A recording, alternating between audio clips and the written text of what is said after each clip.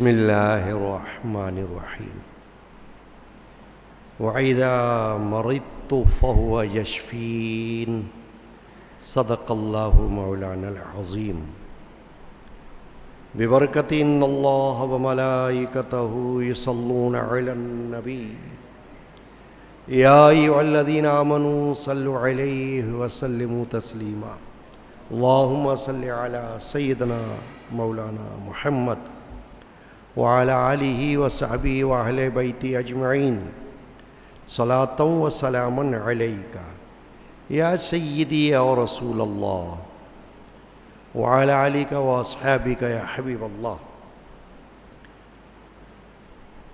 حاضرین کرام اور تمام معتکفین حضرات، ماہ رمضان المبارک میں آپ کے علم میں ہے کہ روزانہ عشرہ اعتکاف میں عصر کی نماز کے فوری بعد کچھ دیر کے لیے درس ہوتا ہے،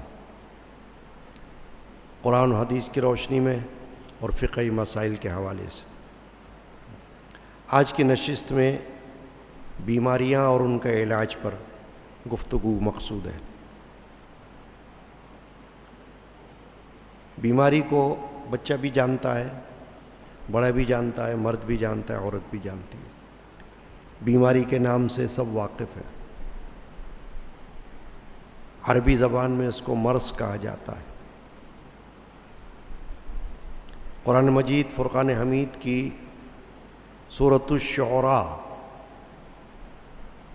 19ویں پارے کی سورہ ہے، اس کی آیت نمبر 80 کی تلاوت کا ایک حصہ، آیت نمبر 80 کا ایک حصہ میں نے تلاوت کیا، مختصر حصہ، جس میں بیماری کا بیان ہے۔ وَإِذَا مَرِضْتُ فَهُوَ يَشْفِينِ، اور جب میں بیمار ہوتا ہوں تو وہی مجھے شفا دیتا ہے۔ یہ اس کا ترجمہ ہے۔ بہت جلیل القدر پیغمبر حضرت ابراہیم علیہ السلام، جو حدیث پاک کے مطابق باپ کہلاتے ہیں سب کے، حدیث پاک میں حضور نے فرمایا تمہارے باپ ابراہیم علیہ السلام، اور نبی کریم علیہ تحیۃ التسلیم بھی انہی کی اولاد میں ہیں، ابراہیم علیہ السلام کی نسل سے ہیں۔ ان کے بیٹے حضرت اسماعیل علیہ السلام اور ان کی اولاد میں نبی پاک صلی اللہ علیہ وسلم ہیں۔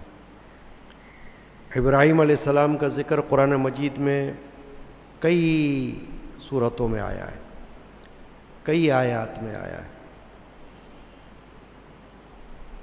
یہاں پر صرف اس لیے ذکر مقصود ہے کہ یہ جو آیت شریفہ کا حصہ تلاوت کیا گیا، وَإِذَا مَرِضْتُ فَهُوَ يَشْفِينِ، اور جب میں بیمار ہوتا ہوں تو وہی مجھ کو شفا دیتا ہے۔ یہ اس لیے کیا گیا کہ اس میں حضرت ابراہیم علیہ السلام نے چند باتیں ذکر کیں، اور ان میں سے ایک یہ کیا جس کو قرآن میں اللہ نے آیت کی صورت میں نازل فرمایا کہ جب میں بیمار ہوتا ہوں تو وہی، یعنی وہی کون؟ اللہ تبارک و تعالی مجھ کو شفا دیتا ہے۔ اس سے ایک بہت بڑی حقیقت کا پتہ چلتا ہے۔ ایک طرف یہ پتہ چلتا ہے کہ بیماری کسی کو بھی پیش آ سکتی ہے، چاہے وہ نبیوں میں سے ہو، رسولوں میں سے ہو، صحابہ کرام میں سے ہو، اہل بیت پاک میں سے ہو، اولیاء اللہ میں سے ہو، عوام میں سے ہو، خواص میں سے ہو، مسلمان میں سے ہو، کفار میں سے ہو، کوئی بھی ہو۔ بیماری جسمانی مرض ہے، ایک بیماری ہوتی روحانی، وہ الگ چیز ہے۔ روحانی بیماری، روحانی امراض، ان کا علاج دوا سے نہیں ہوتا، وہ روحانی کلام، آیات، وظائف ان سے ہوتا ہے۔ لیکن جسمانی بیماریوں کا علاج دونوں طریقوں سے ہوتا ہے، ایک طرف دوا اور ایک طرف دعا، اور کچھ ایسے وظائف یا ایسی آیات جو شفا کے لیے اللہ نے نازل فرمائی، جیسے فیہ شفاء للناس شفاء لما فی الصدور وَإِذَا مَرِضْتُ فَهُوَ يَشْفِينِ وَبِحَقِّ، یعنی وسیلہ، وَنُنَزِّلُ مِنَ الْقُرْآنِ مَا هُوَ شِفَاءٌ وَرَحْمَةٌ لِلْمُؤْمِنِينَ کہ جب دعائیں کرو تو اس طرح وَبِحَقِّ، یعنی ان آیات کے وسیلے سے جو قرآن مجید ہی میں اللہ نے نازل فرمائی۔ تو قرآن مجید جسمانی امراض کے لیے بھی شفا ہے اور روحانی امراض کے لیے بھی شفا ہے، دونوں میں قرآن مجید کو سامنے رکھا جا سکتا ہے شفا کی نیت کر کے، اور یہ بات خود قرآن سے اور حدیث سے ثابت ہے۔ احادیث شریفہ میں سرکار دو عالم صلی اللہ علیہ وسلم نے یہ فرمایا سورۃ الفاتحہ کے بارے میں، سب سے پہلی سورہ جو قرآن میں شروع ہوتی ہے الحمدللہ رب العالمین سے۔ حضور علیہ الصلوۃ والسلام نے فرمایا کہ سورہ فاتحہ میں ہر بیماری کی شفا ہے سوائے موت کے، یعنی موت تو موت ہے، وہ جب آنا ہے تو آئے گی، لیکن جو بھی بیماری ہو اس کے اندر شفا کے لیے اس میں سورہ فاتحہ کو پڑھو۔ تو اس کے لیے فرمایا گیا ہے کہ 40 مرتبہ 41 مرتبہ سورہ فاتحہ کو فجر کی سنتوں اور فرض کے درمیان اگر موقع ملتا ہے پڑھا جائے تو اچھا ہے۔ اس کے علاوہ سورہ فاتحہ کو پڑھ کر دم کیا جائے۔ ایک واقعہ حدیث شریفہ میں ہے کہ نبی اکرم صلی اللہ تعالیٰ علیہ وسلم صحابہ کے ساتھ تھے ایک سفر میں، تو ایک جگہ پڑاؤ کیا، قیام کیا، ٹھہرے، تو پاس کے قبیلے میں سے ایک عورت وہاں پر آ گئی اور صحابہ سے یہ پوچھا کہ آپ میں سے کوئی ایسا ہے کہ جو کچھ پڑھنا جانتا ہو؟ ہمارے سردار کو سانپ نے کاٹ لیا ہے، سانپ نے ڈس لیا۔ تو ایک صحابی ان کے ساتھ چلے گئے اور جا کر اس شخص کو جو سردار تھا، سانپ نے کاٹا ہوا تھا، وہ تکلیف میں تھا، اس صحابی نے کچھ پڑھ کر پھونک دیا۔ انہوں نے، سردار نے اس کو انعام میں بکریاں دیں، حدیث میں آتا ہے 30 بکریاں انعام میں دے دی۔ دن کو اس صحابی نے سرکار دو عالم صلی اللہ علیہ وسلم سے یہ بات کی، تو حضور نے فرمایا کہ کیا پڑھا تھا؟ تو اس نے کہا کہ میں نے سورہ فاتحہ پڑھی تھی، الحمد شریف سورہ۔ فرمایا ٹھیک ہے۔ پھر اس نے پوچھا کہ وہ بکریاں مجھے ملی ہیں کیا کروں؟ حضور نے فرمایا رکھ لو، اور میرا حصہ بھی اس میں سے رکھ لو، وہ تم کو انعام میں دی گئی ہیں۔ یہ حدیث شریفہ موجود ہے۔ تو آیات شفا جو قرآن مجید میں ہیں، جو میں نے ابھی پڑھی بھی ہیں، یہ اور سورہ فاتحہ، کوئی بھی بیماری ہو اس میں پڑھی جا سکتی ہے۔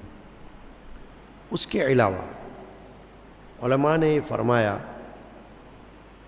کہ قرآن مجید کی 114 سورتیں ہیں کل، ان سورتوں کی آخری آیتیں، ہر سورت کی آخری آیت تو کتنی ہو جائیں گی؟ 114 آیات. 114 صورتیں ہیں تو آیات بھی کتنی ہو جائیں گی؟ 114. وہ 114 آیات پڑھ کر کسی مریض پر پھونکا جائے، اس سے بھی شفا ہوگی. میں نے چند سالوں پہلے یہ آیات کو شائع کیا ہے، کتابی شکل میں یہاں موجود ہے، باہر سے آپ لے سکتے ہو. آیات نافعہ اس کا نام ہے. آیات نافعہ، نافعہ کا معنی فائدہ مند، نفع بخش. تو اس میں یہ 114 آیات موجود ہیں کتابچے میں، تو کبھی بھی کوئی مریض ہو اس کے لیے پڑھا جا سکتا ہے. ویسے تو قرآن مجید کی کوئی بھی آیت کو آپ وسیلہ بنا سکتے ہیں، توسل ہے، اللہ کا کلام ہے. توسل کے طور پر کہہ سکتے ہیں کہ یا اللہ اس آیت کے برکت سے مریض کو شفا عطا فرما، تو صحیح ہے. اور بیماری کا جہاں تک تعلق ہے، جو میں نے عرض کیا کہ وہ زندگی کا ایک حصہ ہے. کسی کو کسی بھی وقت کوئی بیماری لاحق ہو سکتی ہے.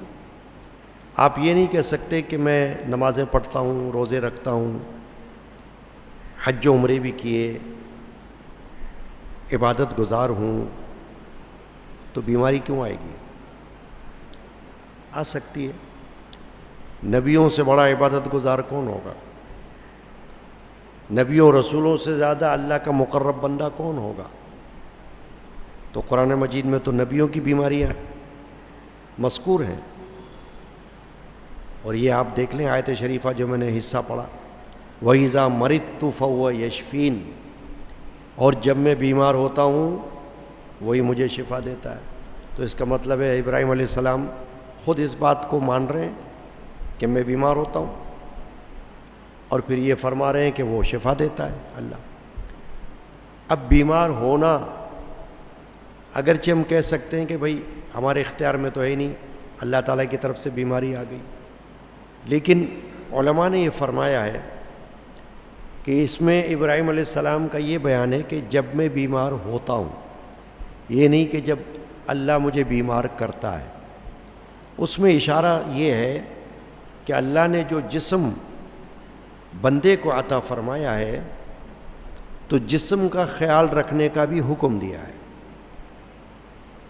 سردی، گرمی، دھوپ، چھاؤں، اس سے جسم کو بچانا یا خیال رکھنا یہ بندے کا کام ہے، بندے پر فرض. ایک حدیث پاک ہے جس میں مختلف باتیں حضور نے بیان فرمائی ہیں حق کے حوالے سے کہ کیا کیا حق ہے. اس میں ایک یہ جملہ فرمایا، اِنَّ لِجَسَدِكَ عَلَيْكَ حَقًّا، بے شک تیرے جسم کا تجھ پر حق ہے، تیرے بدن کا تجھ پر حق ہے. اس میں علماء فرماتے ہیں کہ بہت سی باتیں آ جاتی ہیں. تھک جاؤ تو آرام کر لو، اور اتنا کام کرو جتنا تم جسم کے حوالے سے برداشت کر سکتے ہو. جتنا بوجھ تمہارا بدن اور جسم اٹھا سکتا ہے اتنا ہی اپنے جسم کو تکلیف دو.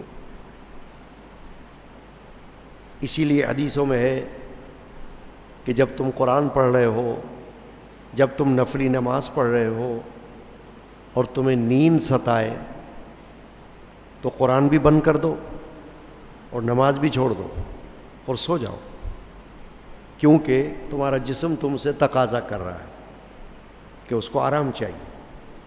اگر آرام نہیں ملے گا تو جسم کا نقصان ہوگا، وہ بیمار ہو جائے گا. یا غذا کا استعمال فرمایا گیا کہ اس میں اگر تم نے احتیاط نہ کی تو تمہارے جسم میں کوئی بیماری واقع ہو سکتی ہے. آپ نے سنا ہوگا کہ ڈاکٹرز، اطباء یہ کہتے رہتے ہیں فلاں چیز کھانا، فلاں چیز نہیں کھانا، فلاں چیز سے پرہیز کرنا. تو علماء فرماتے ہیں کہ دوا اور پرہیز یہ دونوں ضروری ہیں. علاج بھی ضروری ہے اور پرہیز بھی ضروری ہے۔ رسول اکرم صلی اللہ علیہ وسلم نے دوا بھی کی ہے اور پرہیز بھی فرمایا۔ دوا کا بھی حکم دیا ہے، علاج کا، اور پرہیز کا بھی حکم دیا ہے کہ اس چیز سے پرہیز کرنا، یہ اس چیز سے علاج کرنا۔ جیسے کلونجی ہوتی ہے، حضور نے فرمایا اس میں بیماریوں کے لیے شفا ہے۔ اور بہت سی غذائیں ایسی ہیں، پھل ہیں، اناج ہے، جڑی بوٹیاں ہیں، ان کے اندر بیماریوں کا علاج ہے۔ اور حدیث پاک یہ ہے کہ اللہ نے کوئی بیماری ایسی پیدا نہیں کی جس کا علاج بھی نہ کیا ہو۔ یہ البتہ ہو سکتا ہے کہ ہمیں نہیں معلوم، علاج موجود ہوگا مگر ہمیں اس کا علم نہیں۔ تو اگر بیماری ہے تو علاج بھی ہوگا۔ پرانے وقتوں میں ظاہر ہے کہ انگریزی طریقہ علاج تو تھا نہیں، نبی پاک کے زمانے میں نہیں تھا، صحابہ کے زمانے میں نہیں تھا، سائنس کا علاج تو تھا نہیں۔ تو کیا ہوتا تھا؟ جڑی بوٹیاں یا وہ اناج جس سے بیماری دور ہو سکے اس کا حکم دیا جاتا تھا کہ یہ کھاؤ، اس سے علاج کرو اپنا، اور کسی اناج سے بچنے کا حکم دیا جاتا تھا۔ تو بیماری کی نسبت حضرت ابراہیم علیہ السلام نے اللہ کی طرف نہیں کی، بلکہ یہ فرمایا جب میں بیمار ہوتا ہوں تو وہی اللہ مجھے شفا دیتا ہے، تاکہ اس طرف لوگوں کو توجہ ہو جائے کہ اللہ نے تمہیں جو بدن اور جسم دیا ہے اس کا خیال رکھنے کا بھی حکم دیا ہے۔ اگر تم نہیں کرو گے تو جسم کا حق متاثر ہوگا۔ یہ جو میں نے ابھی حدیث پاک کا ٹکڑا جملہ عرض کیا، اِنَّ لِجَسَدِكَ عَلَيْكَ حَقًّا، بے شک تیرے جسم کا تجھ پر حق ہے۔ تو اس سے مراد یہی ہے کہ جسم کو جب آرام کی ضرورت ہے اس کو آرام دو، جسم کو جب علاج کی ضرورت ہے اس کا علاج کرو، جسم کو پرہیز کی ضرورت ہے تو پرہیز کرو، کیونکہ اللہ نے تمہیں یہ عطا کیا ہے وجود، یہ جسم ایک نعمت ہے اللہ کی، اس کا خیال رکھو، اس میں احتیاط کرو۔ چنانچہ بیماری کو علماء فرماتے ہیں تکلیف تو ہے اور تکلیف ہوتی ہے بیماری میں، مگر یہ ایک نعمت بھی ہے۔ نعمت اس لیے ہے کہ اس کے فوائد بھی ہیں، فائدے بھی ہیں، کہ بیماری میں اکثر اللہ یاد آتا ہے، اللہ کی طرف دھیان جاتا ہے، کیونکہ بندہ سوچتا ہے کہ میں کیا کروں، دوا بھی کر رہا ہوں، دعا بھی کر رہا ہوں، اب بھی بیماری موجود ہے، تو بار بار اسے اللہ کی طرف دھیان جاتا ہے، یا اللہ تو ہی شفا دینے والا ہے، تو ہی شفا دینے والا ہے، اور شفا حقیقتاً اللہ ہی دیتا ہے۔ ایک عقیدہ بڑا ضروری ہے، دعا ہو یا دوا، کہ دعا میں بھی اثر اللہ کی بارگاہ سے آتا ہے۔ دعا ایک سبب ہے، ایک وسیلہ ہے، دعا میں شفا بھی اللہ ہی کی طرف سے، اور دوا بھی ایک سبب ہے، دوا خود شفا نہیں ہے، دوا کے اندر شفا اللہ نے رکھی ہوئی ہے۔ چنانچہ بعض دفعہ ہم دیکھتے ہیں دعائیں بہت ہوتی ہیں، بیماری اپنی جگہ رہتی ہے اور موت بھی واقع ہو جاتی ہے، مگر علماء نے یہ فرمایا کہ عقیدہ یہ ہونا چاہیے کہ جب ہم دعا کرتے ہیں تو ہمارے ایمان کے مطابق بیماری میں تخفیف ہوتی ہے، کمی ہوتی ہے، یا بیماری دور ہو جاتی ہے وقت پر۔ ضروری نہیں کہ فوراً ہو جائے، لیکن اپنے وقت پر بیماری ختم ہو سکتی ہے اور کمی بھی ہو سکتی ہے۔ اسی طرح دوا ہے، کبھی کبھی اس کا ریئیکشن ہو جاتا ہے۔ آپ تو دوا کو اس لیے استعمال کرتے ہو کہ علاج ہوگا، مگر کبھی دوا کا نقصان بھی ہوتا ہے، سائیڈ ایفیکٹس وہ جسم کے حوالے سے ہوتے ہیں۔ جسم کی ترکیب ہر بندے کی الگ الگ ہے۔ حکیم بھی جب علاج کرتے ہیں کسی کا تو اس سے اس کی طبیعت کا پوچھتے ہیں، کیفیت کا، تاکہ یہ اندازہ لگائیں کہ اس کا جسم کس طرح کا ہے، ترکیب، فزکس کیسی ہے، کیا چیز اس کو نقصان پہنچا سکتی ہے اور کیا چیز فائدہ، اس کا مزاج کیا ہے۔ اس مزاج کے مطابق حکیم حکماں علاج تجویز کرتے ہیں۔ تو حکمت جو طریقہ علاج ہے وہ تو بہت پرانا علاج ہے، یونانی طریقہ علاج۔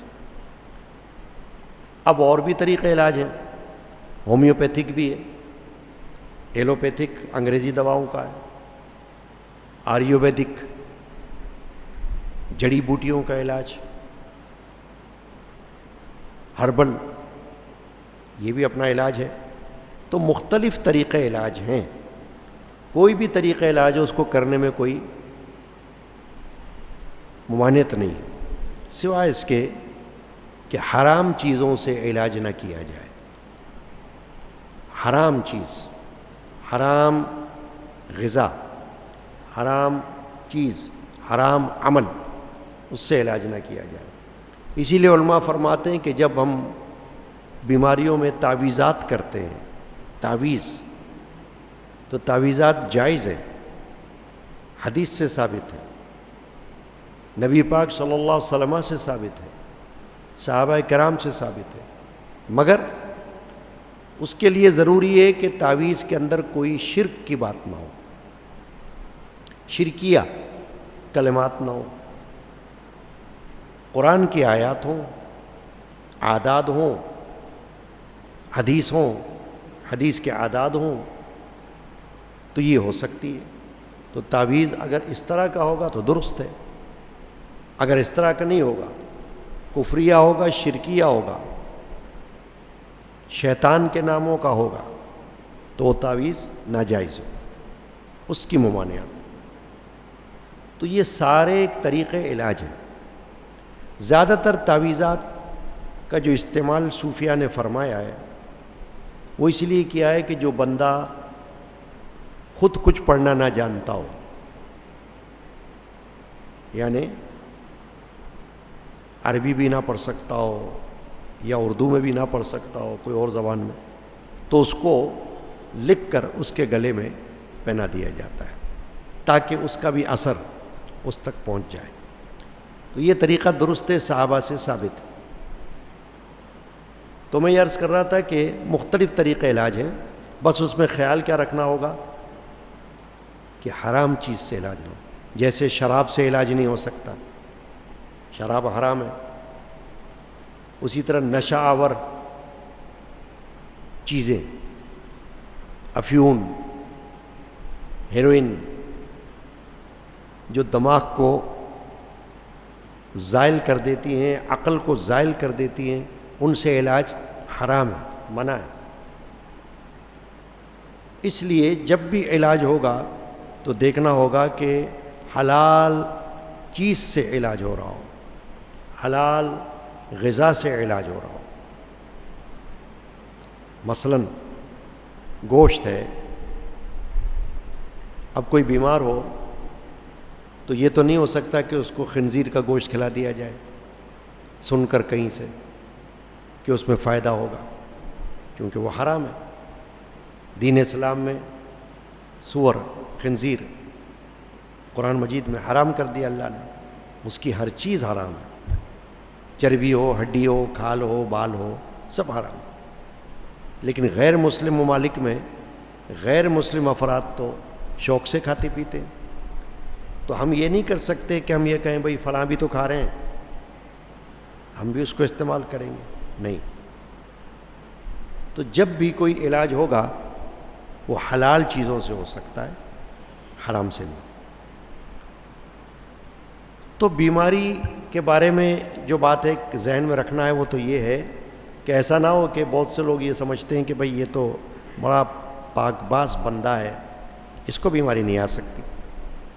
آ سکتی ہے، سرکار دو عالم مغفر بن آدم صلی اللہ علیہ وسلم دیگر انبیاء کرام کی طرح بیمار ہوتے رہے، بیماری ان کو لاحق ہوتی رہی۔ ایوب علیہ السلام کی بیماری قرآن میں مذکور ہے، ان کا صبر بھی مشہور ہے۔ ابراہیم علیہ السلام کا ذکر یہ مشہور ہے، اور سرکار دو عالم صلی اللہ علیہ وسلم کو بخار کا آنا، سر کا درد، یہ تو حدیثوں میں موجود ہے۔ نبی پاک صلی اللہ علیہ وسلم کو بخار آتا رہا، سر میں درد بھی ہوتا رہا،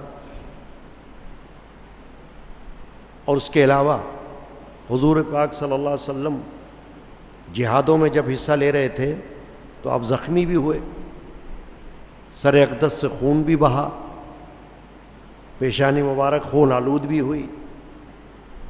یہ سب کیا ہیں؟ آزمائشیں۔ جب انبیاء کرام کے حوالے سے ہم کوئی بات کریں گے بیماریوں کی، تو ہمارا عقیدہ کیا ہونا چاہیے کہ اللہ کی طرف سے آزمائش ہو، کیونکہ اللہ آزماتا ہے، وہ کسی کو بھی آزما سکتا ہے، لیکن اپنے لیے ہم کو یہ سوچنا ہے کہ جب ہمیں بیماریاں آئیں تو ہمیں اس طرف غور کرنا ہے کہ ممکن ہے کہ ہم سے کوتاہیاں، لاپرواہیاں یا گناہ یا خطا واقع ہوتی ہوں، جن کی وجہ سے ہمیں بیماریاں لاحق ہو جاتی ہوں۔ لیکن جب متقی، پاک باز اشخاص، افراد یا انبیاء یا اولیاء، بیماریاں تو ان کو بھی آتی ہیں، ان کے بارے میں عقیدہ ہمارا یہ ہونا چاہیے کہ ان کے ساتھ اللہ کی طرف سے آزمائشیں ہوتی ہیں۔ آزمائشیں اللہ کسی کو بھی آزما سکتا ہے۔ تو ایک تو یہ بات شروع میں ہو گئی، معلوم ہو گئی کہ ہمیں بیماری میں اللہ تبارک و تعالیٰ کو یاد کرنا ہے اور اللہ سے شفا مانگنی ہے۔ اب توسل آپ نبیوں کا بھی پیش کر سکتے ہیں، یا اللہ نبی پاک کے صدقے میں شفا عطا فرما، صحابہ کے صدقے میں شفا عطا فرما، اہل بیت پاک کے وسیلے سے شفا عطا فرما، اولیاء اللہ کے وسیلے سے شفا عطا فرما۔ شفا اللہ ہی دے گا، مگر توسل بیچ میں ذریعہ مبارک ہستیوں کا، مقدس ہستیوں کا پیش کرنا، یہ بالکل درست ہے، اس کو جائز رکھا گیا ہے، کیونکہ اللہ کے مقرب بندوں کو وسیلہ بنانا یہ قرآن اور حدیث سے ثابت ہے، تو اس کا انکار اہل سنت و جماعت کا عقیدہ نہیں ہے۔ ہر سنی کا عقیدہ توسل پر، وسیلے پر ہے۔ ایک حدیث پاک میں حضور اکرم صلی اللہ علیہ وسلم نے فرمایا ہے کہ مسلمان کو جو کوئی بیماری ہوتی ہے، اذیت پہنچتی ہے، تکلیف پہنچتی ہے، تو اللہ تعالیٰ اس کی وجہ سے اس کی برائیوں کو اور گناہوں کو دھو دیتا ہے۔ اور ایک اور بات ہے حدیث میں کہ جب کوئی شخص بیمار ہوتا ہے اور بیماری میں اس سے اگر عبادات میں کمی ہو جائے جو وہ کیا کرتا تھا، تو اللہ تعالیٰ اپنی مہربانی سے، فضل و کرم سے اس کو ثواب ویسا ہی عطا فرماتا ہے جیسے وہ تندرستی میں عبادت کیا کرتا تھا، چونکہ وہ مجبور ہے، بیماری میں نہیں کر سک رہا۔ اب ایک شخص جو تندرستی میں بڑا عبادت گزار ہو، بڑا نمازی ہو، بڑا روزے دار ہو، بڑا متقی ہو، اب اگر وہ بے ہوش ہو جائے تو کیا کرے گا؟ نہ نماز پڑھ سکتا ہے، نہ روزہ رکھ سکتا ہے۔ بستر مرگ پر ہو یا بستر علالت پر ہو اور اس سے کوئی عبادت نہ ہو سکے، تو یہ اتنی بڑی خوشخبری ہے اس کے لیے حدیث پاک کی کہ اللہ تعالیٰ فرشتوں کو حکم دیتا ہے کہ اس کے لیے اسی عبادت کا ثواب درج کرتے رہو جو یہ تندرستی میں کیا کرتا تھا، کیونکہ ابھی مجبور ہے، اب تو نہیں کر سک رہا۔ اگرچہ اس میں موت بھی آ جائے تو ثواب اس کو گزشتہ عبادات کی طرح انشاءاللہ ملتا رہے گا۔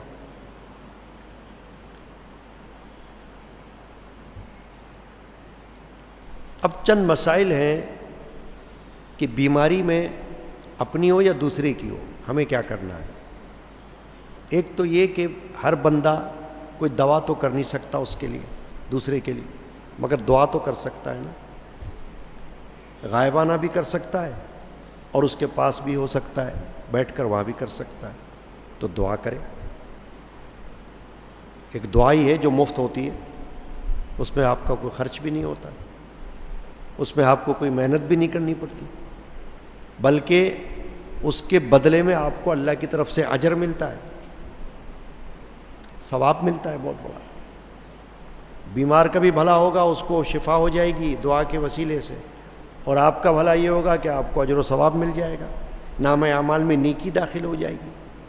اسی لیے حدیث پاک میں حضور نے فرمایا کہ جو شخص کسی کی عیادت کو جاتا ہے، ایک مسلمان دوسرے مسلمان کی عیادت کے لیے جاتا ہے بیماری کا سن کر، تو اگر صبح کو جاتا ہے تو شام تک اس کے لیے 70,000 فرشتے اللہ کی بارگاہ میں استغفار کرتے ہیں، اور اگر رات کو جاتا ہے تو صبح تک فرشتے اس کے لیے استغفار کرتے ہیں، 70,000 فرشتے، اور اس کے لیے جنت کا ایک باغ ہوگا حدیث پاک میں۔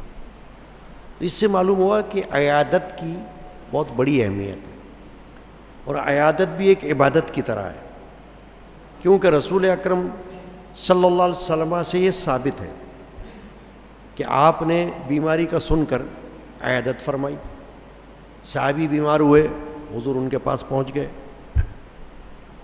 کوئی بیماری کا کسی کا سنا، وہاں پہنچ گئے، تشریف لے گئے، دعا کی اس کے لیے، خبر گیری کی، عیادت فرمائی، یہاں تک کہ رسول اکرم صلی اللہ علیہ وسلم سے کافر کی عیادت بھی ثابت ہے کہ بیمار اگر کوئی شخص مسلمان نہیں کافر ہے اور آپ جانتے ہو تو اس کی عیادت بھی آپ کے لیے جائز ہے، کیونکہ عیادت کیا ہے؟ حال پوچھنا، تو حال پوچھنے میں کوئی مسئلہ نہیں ہے، چاہے غیر مسلم ہی ہو۔ نبی پاک صلی اللہ علیہ وسلم کا ایک خادم تھا، وہ کم سن تھا، لڑکا تھا، جوان، وہ یہودی تھا، مسلمان نہیں تھا، نبی پاک کی خدمت کرتا تھا۔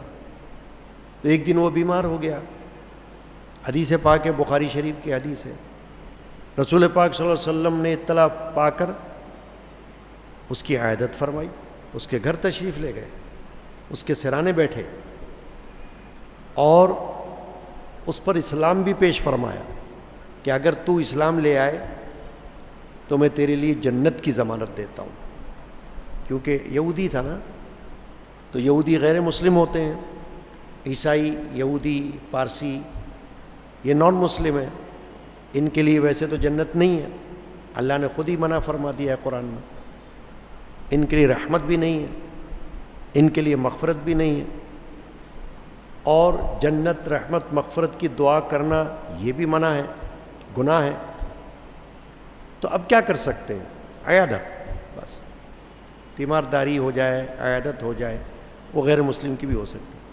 جب اللہ کے رسول صلی اللہ علیہ وسلم نے اس پر اسلام کی دعوت پیش کی تو اس کا باپ اس کے سرانے کھڑا ہوا تھا، یہودی کا باپ، تو بچے نے اپنے باپ کی طرف دیکھا کہ میں کیا کروں، جیسے اجازت کے لیے، تو اس نے سر ہلا دیا کہ ہاں، تو اس نے کلمہ پڑھ لیا۔ تو سرکار دو عالم صلی اللہ علیہ وسلم وہاں سے یہ فرماتے ہوئے اٹھے کہ تمہارے لیے اللہ نے جنت رکھ دی۔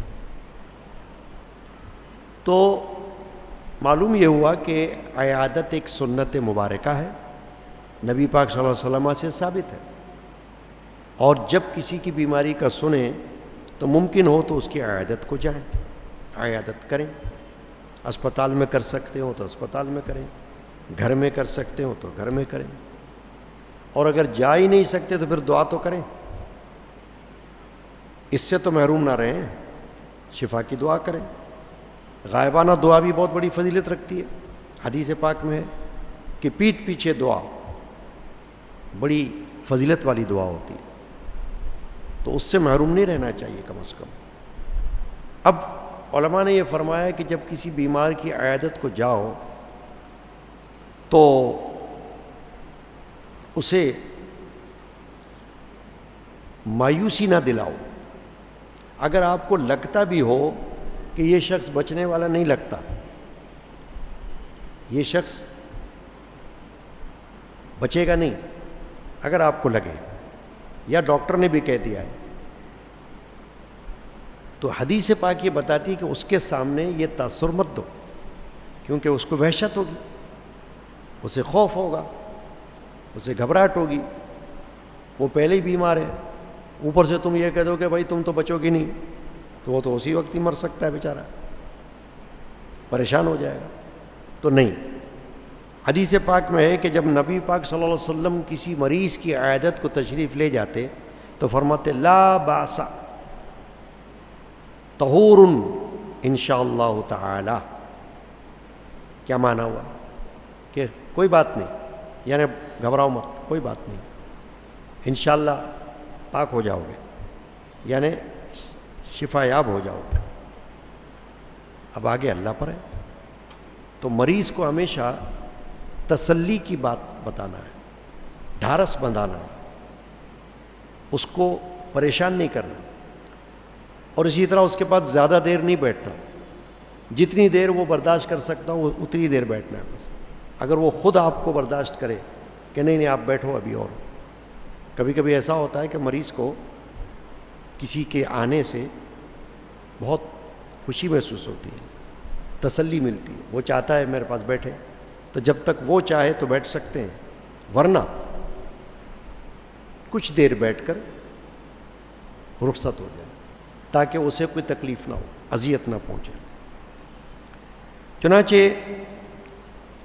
آج کی نشست میں جو بات ہم سن رہے ہیں وہ یہ سن رہے ہیں کہ بیماریاں زندگی کا حصہ ہیں، اس لیے ان کو قبول کرنا ہے، ایکسیپٹ کرنا ہے۔ یہ کوئی انوکھی بات نہیں ہے کہ آپ یہ کہو کہ بھئی یہ تو گزشتہ امتوں میں تو بیماریاں کوئی تھی ہی نہیں، بھئی گزشتہ امتوں کے پیغمبروں پہ بیماریاں آئیں اور گزشتہ امتوں میں بھی بیماریاں آئیں، تو اللہ تعالیٰ نے ہر امت میں بیماریاں رکھی ہوئی ہیں، وہ حکمت الہی ہے، اللہ یاد آتا ہے، اللہ سے دعا کی جاتی ہے، بیماریوں میں منت مانی جاتی ہے، اور شرعی منت اگر کوئی مانے تو درست ہے۔ بیماری مثلاً یہ کہ میں ٹھیک ہو جاؤں تو میں روزہ رکھوں گا، نفلی روزہ، یہ شرعی منت کہلاتی ہے، یہ جائز ہے۔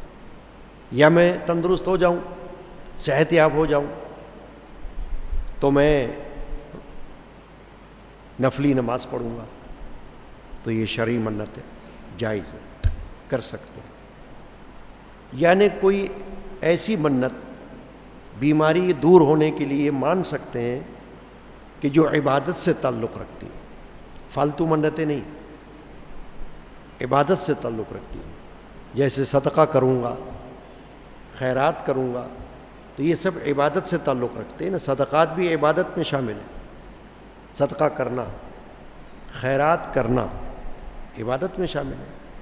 تو کوئی اس کی منت کر سکتا ہے کہ میں صحت یاب ہو جاؤں تو اتنی رقم یا ایسی یہ چیز اللہ کی راہ میں خیرات کروں گا، تو جائز ہے۔ تو بیماری میں شرعی منتیں بھی مان سکتے ہیں بیماریاں دور ہونے کے لیے، اور جو علاج حلال ذرائع سے ہو وہ کر سکتے ہیں۔ بعض افراد یہ سمجھتے ہیں کہ ہم علاج کیوں کریں، بس اللہ پہ توکل ہے۔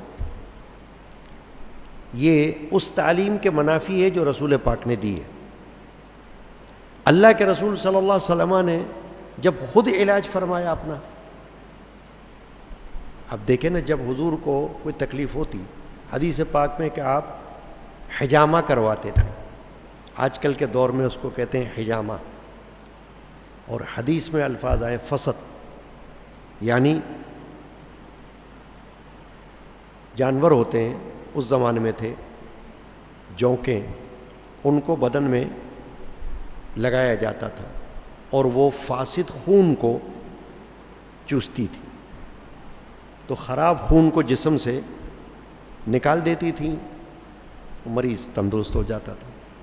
تو رسول اکرم صلی اللہ علیہ وسلم نے خود یہ علاج فرمایا، اور آج بھی وہ علاج ہوتا ہے اگر درست طریقے سے ہو، تو وہ منافی نہیں ہے، شریعت کے مطابق ہے۔ اسی طرح جو دوائیں جائز ہیں حلال چیزوں سے بنی ہوئی ہیں ان کا استعمال منع نہیں ہے، وہ آپ کر سکتے ہو۔ جن جڑی بوٹیوں میں اللہ نے تاثیریں رکھی ہوئی ہیں اگر پتہ چل جائے تو اس کو استعمال کر سکتے ہیں۔ اور یہ جو بات میں کر رہا ہوں کہ یہ کہنا کہ نہیں بس اللہ کی طرف سے بیماری آ گئی تو اللہ تعالیٰ شفا دے گا، بھئی بیماری تو ہے، اللہ کا اگر حکم نہ ہو یا اللہ کی مرضی نہ ہو تو بیماری تو نہیں آ سکتی، یہ بات تو درست ہے، یعنی حکمت کے تحت بیماری آتی ہے، مگر اللہ ہی نے علاج کا بھی تو حکم دیا ہے، اللہ کے رسول نے علاج کا حکم دیا ہے، تو اپنا بھی علاج کرو، اپنے عزیز و اقارب کا بھی علاج کرو، اور کوئی بیمار ہو تو اس کی عیادت کرو، چاہے وہ تمہارا عزیز ہو چاہے وہ غیر ہو، جسے تم جانتے ہو اس کی عیادت کر سکتے ہو، پوچھ سکتے ہو، پوچھنے سے بھی بیماری میں افاقہ ہو جاتا ہے، ایک بندہ خوش ہو جاتا ہے۔ بیمار بندے کو کیا چاہیے؟ تسلی، دوا چاہیے۔ اور اگر کسی کو دوا کی ضرورت ہو اور وہ خود دوا نہیں کر سکتا تو مسلمانوں کا یہ فرض ہے کہ وہ اس کے لیے دوا کا انتظام کرے، یہاں تک کہ اگر کوئی غیر مسلم ہے وہ بیمار ہے اور اس کے پاس بھی دوا کے لیے کوئی اسباب نہیں تو اس کے لیے بھی آپ دوا کا انتظام کر سکتے ہیں، اس کی کوئی ممانعت نہیں، کیونکہ اسلام نے غیر مسلموں کے بھی حقوق رکھے ہوئے، بیان کیے ہوئے، تو جو حقوق غیر مسلموں کے جائز ہیں ان سے روکا نہیں گیا۔ انہی میں سے ایک یہ کہ اگر وہ بھوکا ہے مگر غیر مسلم ہے تو آپ اس کی بھوک مٹانے کے لیے کھانا دے دو اسے، اگر وہ بیمار ہے دوا خود نہیں کر سکتا اس کے لیے علاج کا بندوبست کر لو، یہ بات۔ تو بیماری میں مریض کے سامنے کوئی ایسی بات نہ کی جائے، علماء فرماتے ہیں جس سے اس کو تشویش ہو، اس کو ہمیشہ تسلی دی جائے کہ انشاءاللہ تم ٹھیک ہو جاؤ گے، اللہ نے چاہا آپ کو شفا ہو۔ یہ تو دعا ہے نا، اس میں کیا حرج ہے؟ تو آج کی نشست میں ہم نے بیماریاں اور ان کے علاج کے بارے میں گفتگو سنی ہے تاکہ ہمیں اپنی زندگی میں یہ احساس رہے کہ بیماری کسی کو بھی آ سکتی ہے، ہمیں بھی آ سکتی ہے، اور بیماری کا کچھ پتہ نہیں ہے۔ ابھی ہم بیٹھے ہوئے تندرست ہیں، 1 گھنٹے بعد کیا ہو ہمیں نہیں پتہ، بیماری بول کر تھوڑی آئے گی، حادثہ بھی بول کر نہیں آتا، پہلے سے اعلان تھوڑی ہوتا ہے کہ یہ ہوگا، اچانک کوئی بیمار ہو جاتا ہے، کل ٹھیک تھا آج بیمار ہوگا، تو کیا کر سکتے ہیں؟ کل کوئی صحیح تھا آج فوت ہو جائے تو کوئی روک سکتا ہے؟ نہیں۔ تو اس لیے ہمیں یہ احساس رہے کہ ہم ہر لمحے اللہ تعالیٰ سے صحت و عافیت کی دعا کرتے رہیں، اس میں کوئی ممانعت ہی نہیں ہے بلکہ اچھا ہے۔ دیکھیے جب بندہ اپنی صحت کی دعا کرتا ہے اور وہ بندہ عبادت گزار ہے تو یہ تو بہت بڑے اجر و ثواب کی بات ہے، کیونکہ صحت ہوگی تو عبادت ہوگی۔ اب اگر کوئی بندہ بستر پہ لیٹ جائے، چل پھر بھی نہ سکے، تو وہ کیا کرے گا؟ زیادہ سے زیادہ اشاروں سے نماز پڑھ لے گا، باقی کام کیا کرے گا؟ وہ نہیں کر سکے گا نا، مفلوج بندہ، معذور بندہ۔ تو جو عبادت گزار بندے ان کو تو یہ چاہیے کہ وہ اپنے لیے بھی اور دوسروں کے لیے بھی دعائیں کیا کریں بیماری سے شفا کی۔ میرے جد امجد حضرت مولانا شاہ محمد غلام رسول قادری رحمۃ اللہ علیہ دعاؤں میں اردو زبان میں بھی شفا کی دعا فرماتے تھے، مثلا یہ کہ یا الہی تندرستی ہو، نیک بختی ہو، دور ہر ایک طرح کی سختی ہو۔ پھر آپ نے ایک بات یہ بھی فرمائی کہ میں تندرستی کے ساتھ ساتھ مندرستی کی دعا بھی مانگتا ہوں۔ تندرستی تو ہوتی نا جسمانی، مندرستی ہوتی دل کا درست ہونا، دل کا بہتر ہونا۔ تو فرمایا من اگر انسان کا برا ہو تو انسان کو شیطان بنا دے گا، اور من اگر انسان کا اچھا ہو تو انسان کو ولی بنا دے گا. تو فرمایا میں تندرستی کے ساتھ مندرستی کی دعا مانگتا ہوں. تو یہ بھی ہونا چاہیے. دوسری بات یہ کہ عربی زبان میں بھی ایسے اشعار میرے جد امجد روزانہ پڑھتے تھے. ایک شعر شام کی محفل میں، یہ عصر کے بعد کی نشست ہوتی تھی، اس میں آپ یہ شعر پڑھتے تھے: الحمد لرب ہوا شافی لسقیمی والشکر لمن ارحم من کل رحیم. تمام تعریف ہے اس رب کی جو بیماروں کو شفا دینے والا ہے. الحمد لرب ہوا شافی لسقیمی، شافی یعنی شفا دینے والا، سقیم کے معنی بیماروں کو. الحمد لرب ہوا شافی لسقیمی والشکر لمن ارحم من کل رحیم. میں بھی پڑھتا ہوں روزانہ، نمازوں کے بعد بھی آپ سنتے ہیں یہ شعر ہم پڑھتے ہیں نا. تو یہ میرے جد امجد نے اپنے وقت میں روزانہ اس کو پڑھا کہ اللہ تعالیٰ کی تعریف ہے کہ جو بیماروں کو شفا دینے والا ہے. اور یہ شعر جو ہے ہمارے ہاں اسٹیکر کی صورت میں چھپا ہوا بھی ہے، جو چاہے لے بھی سکتے ہیں، اپنے گھر میں بھی لگا سکتے ہیں، دروازے پر لگا سکتے ہیں کہ تاکہ آتے ہوئے جاتے ہوئے اس پر نظر پڑے تو زبان سے یہ دعا نکل جائے، یہ الفاظ نکل جائے، اور اللہ سے دعا ہو کہ اللہ تعالیٰ ہمیں صحت دے، شفا دے. تو اللہ پاک سے ہم سب کی یہ دعا ہونی چاہیے کہ اللہ تعالیٰ ہر بیمار کو شفا عطا فرمائے. اللہم صلی علی محمد وعلی آلہ وصحبہ اجمعین. الحمد لرب ہوا شافی لسقیمی والشکر لمن ارحم من کل رحیم. یا اللہ آج کے درس کی حاضری معتکفین حضرات کی اور جو باہر سے آئے ان کی بھی قبول فرما. جو کچھ قرآن و حدیث سے پیش کیا گیا اس کو قبول فرما. نبی کریم رؤوف الرحیم صلی اللہ علیہ وسلم کی بارگاہ اقدس میں نظر فرما. صحابہ کرام، اہل بیت اعظام، تابعین، تبع تابعین، اولیاء کاملین رضی اللہ عنہ اجمعین کی بارگاہ میں نظر فرما. سیدنا غوث الاعظم رضی اللہ تعالیٰ عنہ کی بارگاہ میں نظر فرما.